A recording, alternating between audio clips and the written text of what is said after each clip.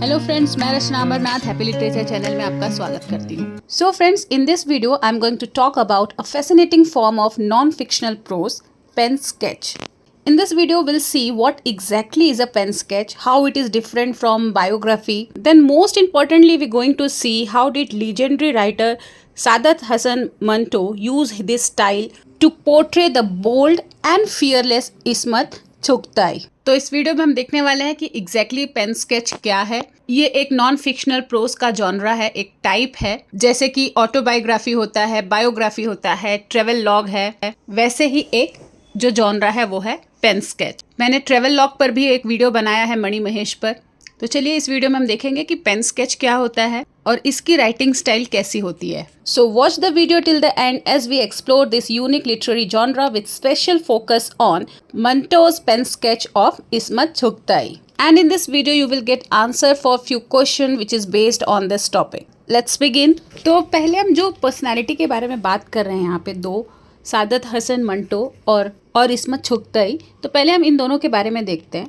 So Saadat Hasan Manto was a prominent Urdu writer, playwright and author, renowned for his candid and often controversial narratives. तो ये एक Urdu writer हैं और ये अपने controversial narratives के लिए जाने जाते हैं। ये ब्रिटिश पीरियड के टाइम के हैं। इनका बर्थ जो है 11 मई 1912 को हुआ है। He produced 22 collections of short stories, a novel, radio plays, essays and personal sketches. इनके कुछ वर्क्स हैं जैसे कि तौबा तेग सिंह, ठंडा गोस्ट, खोल दो, ये सब जो है इंडिया के पार्टीशन पीरियड को रिप्रेजेंट करता है। Then we have Ismat Chughtai who was also renowned Indian Urdu writer and filmmaker known for her bold expression. ये बहुत ही ज़्यादा बोल्डली कोई भी चीज़ें लिखती थी। इनके भी जो वर्क हैं वो बहुत ज़्यादा कंट्रोवर्शियल रहते थे। जैसे कि उनकी लिखी हुई एक शॉर्ट स्टोरी है लिहाफ, वो भी बहुत ज़्यादा कंट्रोवर्शियल हुआ था क्योंकि उसमें उन्होंने ये लेस्बियन की स्टोरी डाली थी। लैंग्वेज में ऑब्ससेनिटी थी, मतलब सेक्सुअल वर्ड्स बहुत ज़्यादा यूज़ हुआ था, इसलिए इनका ये वर्क कंट्रोवर्शियल रहा। और 1976 में इनके लिटरेरी कॉन्ट्रीब्यूशन के लिए पद्मश्री मिला। तो एक छोटा सा इंट्रोडक्शन था सादत हसन मंटो पर और इस्मत चुगताई पर। Now next we going to see what is pen sketch. ये जॉनरा आखिर है क्या, इसके क्या एलिमेंट्स होते हैं, ये बायोग्राफी से कैसे अलग है। So pen sketch is a literary form which is also known as मुराक निगरी in Urdu. It actually blends biography with personal anecdotes. Anecdote means story about a real person, then humor and sometime exaggeration. It is not like a traditional biographies which focus strictly on fact, but pen sketches aim to capture person's personality, quirks. Quirks means unusual behavior, unusual something like sense of humor or any different skill that person has. So all these things are presented in a artistic way. So this is what called pen sketch. तो अगर हम इसे short में समझे तो जो biography होता है वो थोड़ा सा फॉर्मल है और पेन स्केच थोड़ा पर्सनल हो जाता है, थोड़ा इनफॉर्मल है। तो राइटर्स जैसे कि मंटो, कृष्णा चंदर एंड अली सादर जाफरी, ये सारे जो हैं ये फॉर्म को बहुत ज़्यादा यूज़ किए हैं ताकि वो अपने कंटेम्प्रेरीज में लाइफ ला सके, एक बहुत ही डीप मीनिंग ला सके अपने राइटिंग में। And Manto himself was a master of this form. He wrote about various personalities including actors, politicians and writers, revealing their unseen sides. Hope you all understood the meaning of pen sketch. Now let's see what Manto has written in his pen sketch about Ismat. So his pen sketch is titled as On Ismat Chugtai. इनका जो pen sketch है उसका title क्या था? On Ismat Chugtai. So one of the most interesting pen sketch Manto wrote was about Ismat. Now we all know about Ismat Chugtai as I have already introduced. So she is a fearless writer who challenged societal norms through her bold story writing. लेकिन जो मंटो का sketch उनके बारे में है उससे हमको उनके बारे में और पर्सनल इन्फॉर्मेशन मिलता है, उनके कैरेक्टर को और डीपली जानने का मौका मिलता है। Through this sketch we see Ismat not just as a writer but as a person how she was. Like वो कितनी स्टबन थी, कितनी इंटेलिजेंट थी, कितना उनके अंदर कॉन्फिडेंस था, और ये जो मेल डोमिनेटेड सोसाइटी थी, मेल डोमिनेटेड लिटरेरी वर्ल्ड था, उसमें उन्होंने कैसे अपने आप को होल्ड करके रखा था। So Manto's pen sketch is full of humour and honesty. He portrays Ismat as someone who never hesitated to speak her mind. Ismat कैसी पर्सनालिटी थी जो कभी हेजिटेट नहीं की, कभी उनको संकोच नहीं लगा अपनी बात सबके सामने रखने में। She was both fierce and enduring, मतलब कि वो गुस्सैल भी थी, अग्रेसिव थी, लेकिन फिर भी लोग उसे एडमायर करते थे। She always remained unapologetically in all the situations. कभी भी उन्होंने जो भी कुछ किया उसके लिए वो शर्मिंदा नहीं हुई या फिर सॉरी नहीं फील की कि हाँ मुझे ये काम नहीं करना चाहिए था या फिर इस चीज़ को नहीं लिखना चाहिए था। Now rest of the things we'll understand in the form of question answer. So here comes the first question, what Saadat Khan has written about Ismat Chugtai. तो पहले इंट्रोडक्शन देखते हैं। Saadat Hasan Manto, one of the most prominent writers of Urdu literature, wrote about Ismat Chugtai in his pen sketches with his signature wit. Wit means words को बहुत ही एक intelligent तरीके से use करने को बोलते हैं wit. So he wrote this pen sketch with his signature wit, honesty and sharp observation in his collection of sketches titled गंजे फरिश्ते। तो ये जो गंजे फरिश्ते है एक पूरे कलेक्शन का टाइटल है जिसमें इन्होंने इस्मत चुगताई के ऊपर भी एक स्केच लिखा था और एक फेमस एक्टर थे अशोक कुमार, उनके ऊपर भी इन्होंने वो स्केच लिखा था। तो ये पूरे कलेक्शन का क्या नाम था? Ganje Farishte. So in this sketch he portrayed Ismat Chughtai with admiration and also with playful sarcasm, मतलब इन्होंने उसको एडमायर भी किया है और साथ ही ऐसे ही हंसी मजाक से इनके ऊपर व्यंग भी किया है। तो मंटो ने इस्मत के बारे में इसमें क्या लिखा है कि वो फियरलेस थी, मतलब कि उसे किसी भी चीज़ का डर नहीं था, अपनी बात वो बिना डरे सबके सामने रखती थी। वो रेबेलियस थी, जो भी मतलब पुराने चीज़ें जो इनको नहीं ठीक लगता था वो उसके अगेंस्ट चली जाती थी। So he described Ismat as unconventional, rebellious, who defied societal norms, means who refuses societal norms. He emphasizes her outspoken personality, मतलब जो कुछ भी किसी के सामने उसके मुंह पर बोल देते हैं उसको बोलते हैं outspoken. And sharp intellect, तो वो इंटेलिजेंट थी, बोल्ड थी और अपने इस बोल्डनेस के वजह से ही वो इस मेल डोमिनेटेड लिटरेरी वर्ल्ड में अपनी जगह बना सकी। फिर मंटो ने उनके करेज को भी यहाँ पे एक्नॉलेज किया है कि वो एक सेंसिटिव मैटर्स पे भी कई सारे वर्क को लिखी है, जैसे कि फीमेल सेक्सुअलिटी पर, सोशल हिपोक्रेसी पर और जेंडर इनइक्वालिटी। ये सारे सब्जेक्ट बहुत ही सेंसिटिव रहता है, उसके बाद भी वो बिना डरे इन सारे सब्जेक्ट्स पर, इन सारे टॉपिक्स पर उन्होंने कुछ ना कुछ लिखा है। और आगे इन्होंने उनके प्लेफुल पर्सनालिटी के बारे में बताया है, विटी पर्सनालिटी के बारे में, कि इस्मत का बहुत ही अच्छा सेंस ऑफ ह्यूमर था, वो मजाक मजाक में लोगों को कुछ भी बोल देती थी, बहुत ही ज़्यादा टीज करती थी। Then he also depicts their friendship as full of banter where both would take jabs at each other but with mutual respect, मतलब इन दोनों की जो फ्रेंडशिप थी बहुत ही ज़्यादा कैजुअल थी। ये लोग एक दूसरे के बारे में कुछ भी बोल देते थे, एक दूसरे को कमेंट करते थे, मजाक उड़ाते थे, लेकिन थोड़े से रिस्पेक्टफुल होकर। तो ओवरऑल मंटो ने इस पेन स्केच में इस्मत के बारे में क्या लिखा है कि वो बहुत ही ज़्यादा अफेक्शनेट थी, लेकिन फिर भी उनका जो टोन था वो शार्प था। मंटो ने उनको बहुत ज़्यादा यहाँ पे एडमायर किया है, उनकी तारीफ़ की है कि वो कितनी फियरलेस थी, उनके राइटिंग स्टाइल के बारे में बताया है। सो मंटो's pen sketch of Ismat Chugtai is affectionate yet sharp, much like the way she wrote about others. He admired her intellect, fearlessness and humor, acknowledging her as a writer who, like him, challenged societal norms but in their own unique way. तो ये question मैंने इसलिए include किया ताकि एक basic knowledge हो जाए कि मंटो ने आखिर पेन स्केच में इस्मत के बारे में लिखा क्या है। Then here comes the next question, comment on the important ingredients of Manto's style as you find them in on Ismat. तो यहाँ पे मंटो के राइटिंग स्टाइल को पूछा गया जो उन्होंने इस पेन स्केच में लिखा है इस्मत पर। तो इस आंसर के हेल्प से आपको इस पेन स्केच के स्ट्रक्चर के बारे में पता चलेगा, किस कॉन्टेक्स्ट में लिखा गया है, फिर सोशल डॉक्यूमेंट, फिर पर्सनालिटी, इस्मत की पर्सनालिटी कैसी थी, फिर कुछ थीम्स के बारे में आपको पता चलेगा, उनका स्टाइल कैसा था। तो ये सारे जो सिनॉप्सिस है, अगर आपको इससे रिलेटेड कुछ दूसरा क्वेश्चन आता है तो इसके हेल्प से आप उसे अटेम्प्ट कर सकते हैं। So will start with an introduction. This introduction is little bit different from the previous one.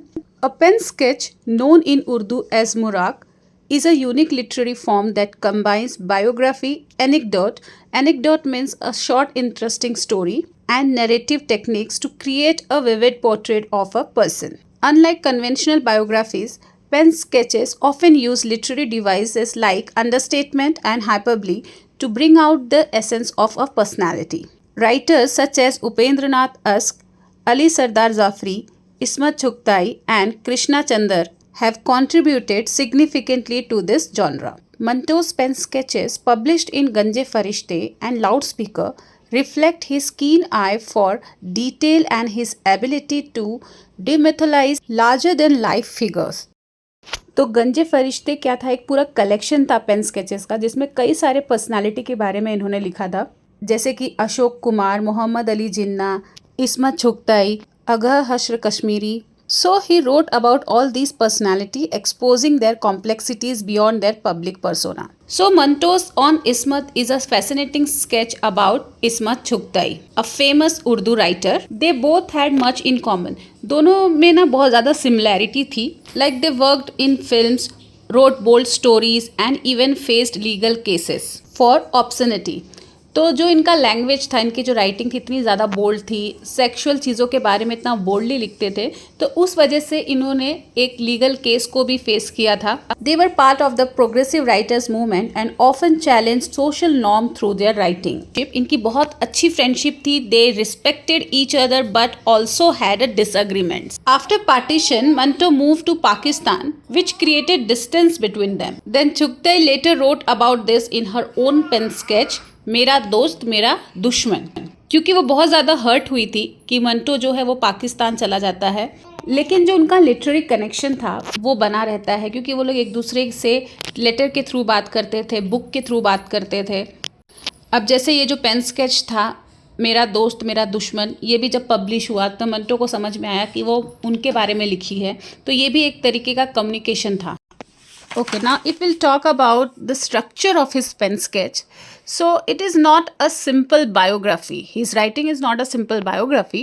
In fact, it is a mix of real life stories, then historical facts, imaginary conversation, and literary criticism. In this pen sketch, he has not only written about the Chugtai, but also many famous people, but the Chugtai remains the focus of the story. Even when he seems to go off the topic, मतलब कभी कभी हम लोग जब पढ़ते हैं तब देखते हैं कि राइटर जो है टॉपिक से थोड़ा हट जाता है, लेकिन उन्होंने इस्मत चुगताई पर इतना ज़्यादा डिटेल दिया है कि रीडर जो है चुगताई को ईजिली समझ सकते हैं, उनकी राइटिंग स्टाइल को समझ पा रहे हैं और उनकी पर्सनैलिटी को. तो जब आप इनके स्केच को पढ़ोगे, मंटोस के स्केच को पढ़ोगे, तो आपको ना ऐसा लगेगा कि आप वर्ल्ड ऑफ उर्दू में है, क्योंकि यहाँ पे बहुत बेहतरीन तरीके से उर्दू को यूज़ किया है इन्होंने. बॉम्बे फिल्म इंडस्ट्री का फील आता है जो कि 1940s में और 1950s के आसपास के पीरियड में था. So his sketch gives us glimpses of world of Urdu literature and Bombay film industries in the 1940s and 50s.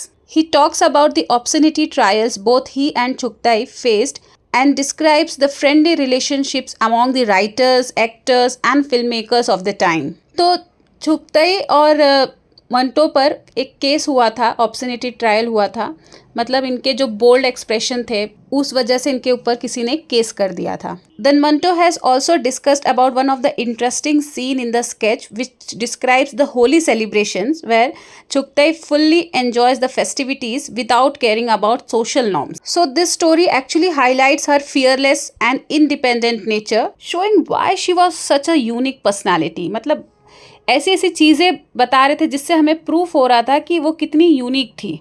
Now let's see how Manto has presented Chugtai in her sketch. So he presents Chugtai as a strong-willed, outspoken and rebellious. Means one who cannot be controlled. Outspoken मतलब जो हमें लगता है हम सीधे बोल देते हैं उसे बोलते हैं outspoken. He describes their debates, मतलब उनके बीच में कभी जो डिबेट हुआ रहता होगा, डिसएग्रीमेंट हुआ रहता होगा, आर्ग्यूमेंट, तो वो सारी चीज़ों को भी इन्होंने इसमें स्केच में डिस्क्राइब किया है. Specially about the meaning of दरस दस्ती. So this they did only to show how competitive they were. तो ये लोग ऐसा क्यों करते थे?